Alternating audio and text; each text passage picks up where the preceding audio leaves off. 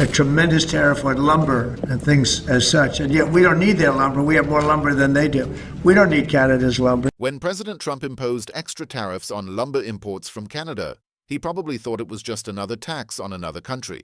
But what Canadian Prime Minister Mark Carney did in response was something Trump never saw coming.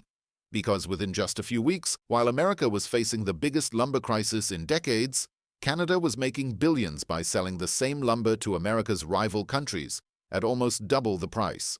It was the fastest wake-up call of Trump's presidency, so intense that his own team forced him to backtrack almost immediately.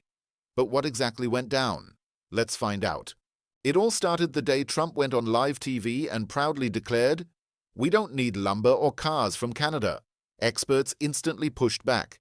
They knew this just wasn't true, but things only got worse when the tariffs arrived. Overnight, Washington labeled Canadian lumber as a national security threat and imposed massive taxes on it. First came an additional 10% tariff on Canadian softwood lumber in September 2025, taking effect on October 14, 2025. But that wasn't all. This new tariff stacked on top of existing anti-dumping and countervailing duties, pushing the total cost to more than 45% for most Canadian producers. In Trump's mind, this was his biggest move, his masterstroke to make America great again. But in reality, his claim that America didn't need Canada's lumber was completely false, and it didn't take long for the cracks to show. The situation got so bad that it put Trump on edge, and even his own team began to realize they had pushed the country into a mess it wasn't prepared for.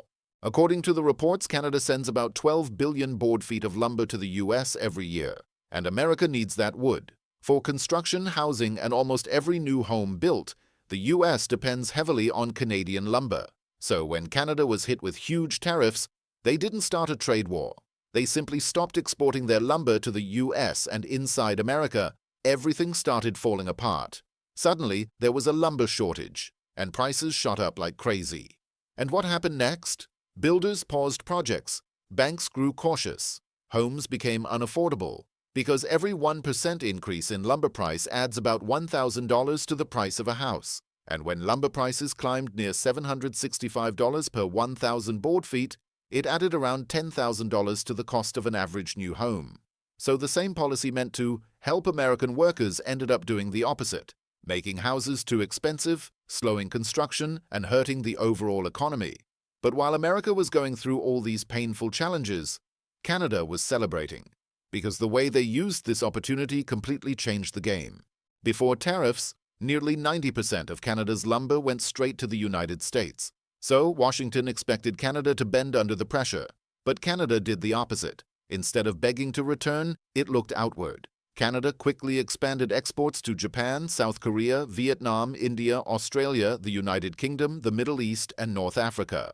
Japan alone increased its Canadian lumber imports by about 26% in early 2024. And for these countries, Canada shifted to high-value products.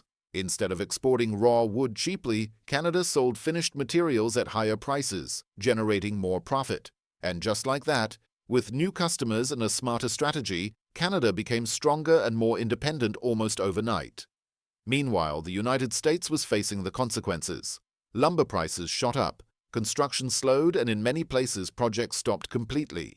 Builders started protests, hundreds of workers lost their jobs, and families suddenly couldn't afford homes. Experts now estimate that even if every American mill ran at full speed, the country would still be short over 3 billion board feet of lumber. American sawmills were already operating at around 95% capacity, short on workers and running outdated machines. Even with new mills and extra labor, it would take nearly 10 years for the U.S. to catch up. So now those who had originally supported the tariffs were suddenly facing backlash from builders, workers, and economists. Because the truth was impossible to ignore, the tariffs had hurt the U.S. far more than they had helped. So what do you think about all of this? Tell me in the comments below, and before you go, make sure to subscribe to the channel. I'll see you in the next video.